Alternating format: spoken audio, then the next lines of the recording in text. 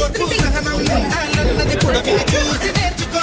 ఎంత తొక్కినా ఎంత తొక్కినా అంతపైకి రావాలన్నది బంతిని చూసి నేర్చుకో.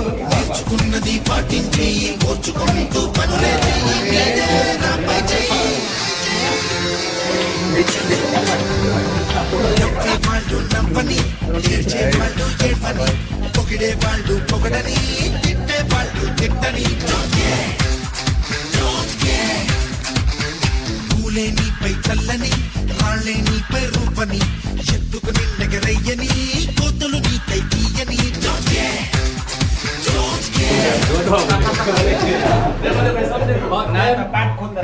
No problem.